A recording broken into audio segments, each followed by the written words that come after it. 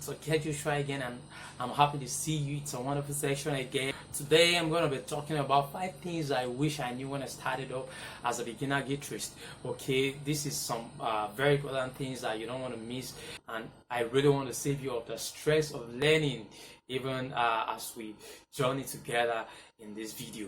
Okay, but if you yet to subscribe to my page, I want you to click on the subscribe button down there, then click on the notification button as well, so that you can get notification to all my videos coming your screen. And if you're yet to watch all my past videos, check my playlist. You see the GMU 1.0, GMU 2.0, and also some of the lessons I've taught so far since the beginning of this section.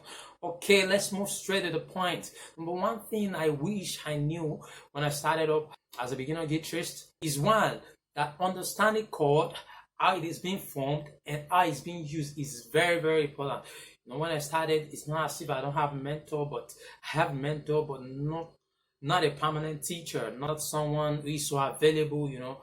But I had no opportunity. I had no one to tell me how important chord is, that I need to learn the formula for chords. I need to learn how to apply chords.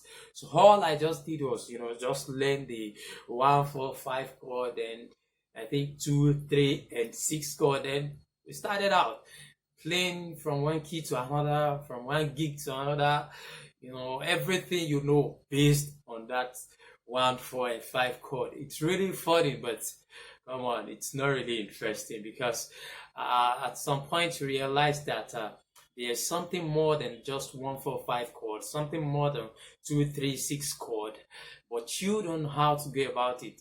And sometimes when you meet some professional instrumentalists, which are more inclined than you are, you find out that you feel so inferior. You're not able to do much, you know. So this is very important thing to know: the chord, how they've been formed, the formula, and how they are being used. This is very important. Trust me, you don't want to miss it. But the thing I wish I knew when I started off is that having a good gadget will enhance your music lifestyle. Come on. When I started off, I don't have access to guitar. It took me years before I could even afford my own guitar. So, but I realized that it slowed down my learning. I had to put more effort in some of the things I do. For example, if you are playing on a worship, in a worship song, you're playing to a worship song, you know, you want to put all these overdrive effects, but there is nothing to add. You don't have anything to use. So you use your hand to do all the slow and all the riffs, you know. Though it actually helps in one way or the other to improve your tonality on the guitar. It makes you sound more better. But at the same time, you can still learn all these things even while you have your effect pedal. So having some of these gadgets will enhance your playing. It will hasten and improve your learning speed. It will help. It will increase your learning speed. That's the word, okay? And number 3 thing I wish I knew when I started off is that I need to define my purpose as a beginner guitarist. I never knew. Nobody told me that there's something called purpose when you're learning instrument. But this is something very important that I've realized over times of playing, over the years of playing, that you need to define your purpose. Why are you playing the guitar? What do you want to achieve in the next few years? Who do you want to be like? Where do you want to see yourself in the next few years? You know, these things are very important, because they will determine the music you listen to. They will determine the material you will have. It's going to determine the mentor or the guitarist you listen to, and also determine the gigs and people you find yourselves among. But if the purpose of a thing is no, come on, abuse is inevitable. So you need to define your purpose. Why am I learning guitar? What do I want to achieve in the next 3, 4, 5 years? And what type of music do I want to focus on? If you want to do pop, do pop. If you want to do R&B, do R&B. If you want to do jazz, do jazz. That is the only way you can attain mastery. But at the same time, the fact that you want to do one particular music does not mean you're not going to learn the other aspect of the music. Don't get me wrong. You're going to learn other aspects, but you have to have a core aspect, like a core aspect of music in which you love doing, you want to do. Okay. All right. Then number 4 thing is that playing alongside a track will help me and, improve my rehearsal time.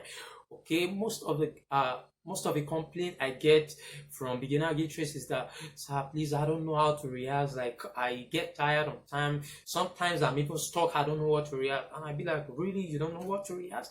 Okay, then have you tried out the songs on your phones? How many songs do you have on your phone? Some say 200, 500, 1000. And I'd be like, come on, you have a lot to rehearse. Play these songs one by one, and then, play to them, score what is being played, whether there's a guitarist, whether there's a guitar line or there's no guitar line in the song. You can still score them. You can score the chord progression, score the rhythm, score the improvisation. You can even score the vocalist part. Yes, that's what you can do. You can do a lot of things with your guitar, even with just one soundtrack. So, and the best way to play along a soundtrack is when you have your headphones on, plug in your phone, and you put it on your head, carry your guitar, listen to that song, score out the guitar part, and play along. It really sounds so good and makes learning so interesting. Come on, you don't want to miss this interesting part of it. It's so interesting. I can assure you, you can try it today if you have not tried it before. Put on your headset and play along in music. Try to do some new stuff and play.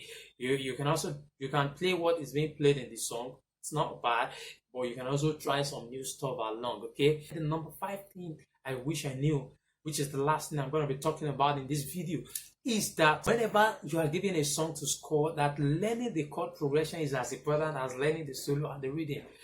A lot of us, we made these mistakes. We don't score the chord progression of a song. Common worship songs, if you have a guitarist to play the music progression, the chord progression, they find it so difficult. They are stuck. I don't know. I've noticed this over time in guitarists. They don't score the chord progression of the song, which is very wrong. You need to score the chord progression just like the pianist.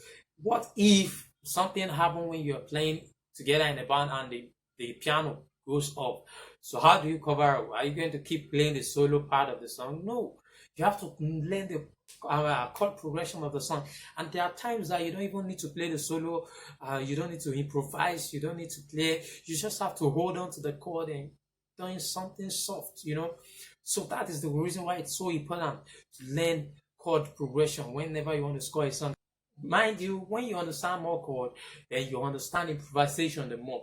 So these are the things I wish I had somebody that could have, put me through and save me a lot of stress. But when I don't know how, what do? I still learn. I still learn one way or the other. So I've come to the end of this class, and I wish to see you in the next class. Thank you for watching this video.